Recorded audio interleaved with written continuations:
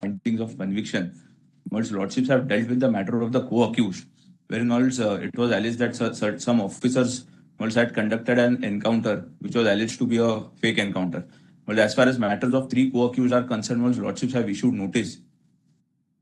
Yes, same order. You have the copy of the order? Yes, I have got. May I only make one request? The petitioner before your lordships has undergone actual custody of more than 12 years. 12 years and 1 month. May I request lordship to issue notice on prayer of? May not be. Some cases we have granted bail. Lordship may not have granted bail also. So not a case here. We have also.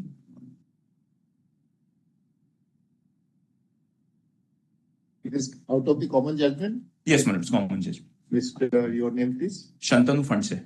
Or Mr. Shantanu Phanse, non-counsel appearing for the petitioner. Stop.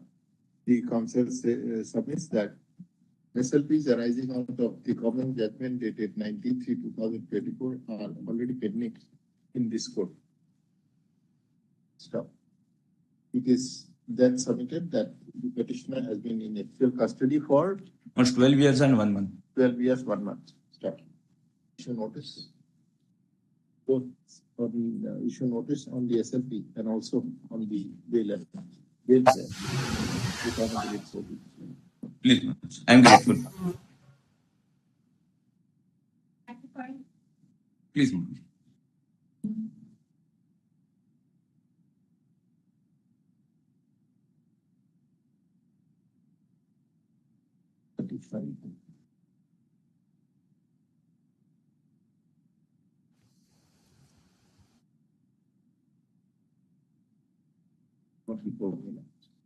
This before bench document.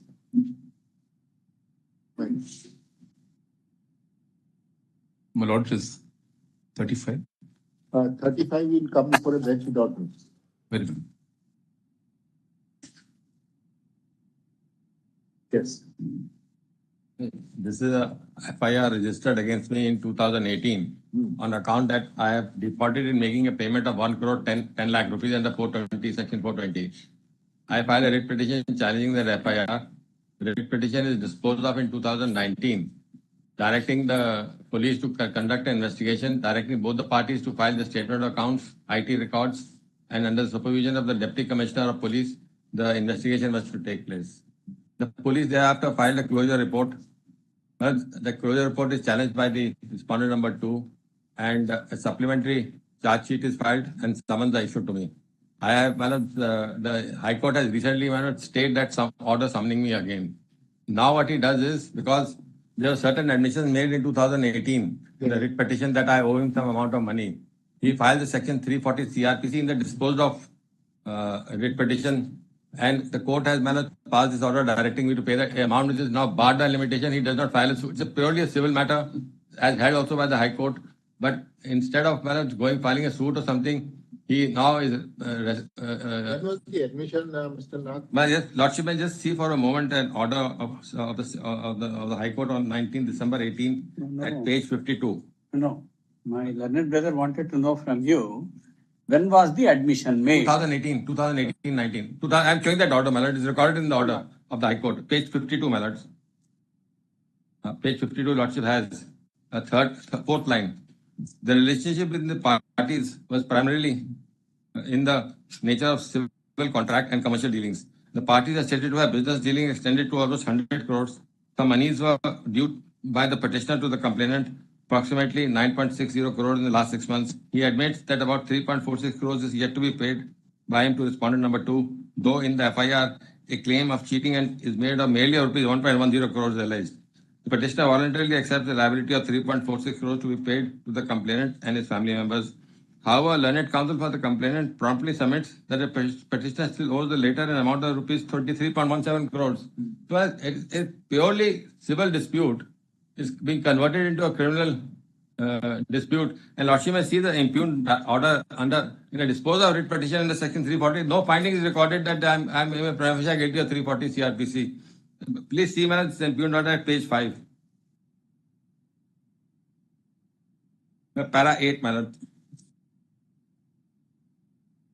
Yes. After a bare perusal of the previous order sheets, it is clear that total liability admitted by the petitioner non-applicant is 3.46 crores, out of which part amount of 1.25 crores has been already paid to respondent number 2. No, then para 10 minutes. Looking into the conduct of the petitioner and non-applicant and also perusing the previous orders reproduced herein above, it is evident that the petitioner non-applicant has admitted a liability of 3.46 crores towards the respondent number 2 applicant, out of which he has only paid to 1.25 crores. Now, Therefore, this matter is still pending before the High Court, Mr. Nath? no, Mala, this is dispose of petition. This is a 340 filed in a dispose of petition was disposed of in 2019. Now because he wants to seek recovery.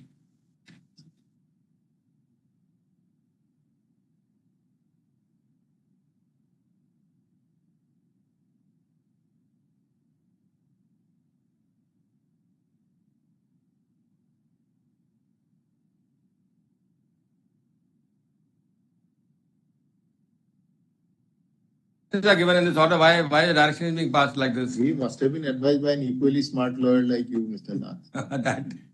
That's it. No, but the impugned order has to record some reasons. Balance how you Mr.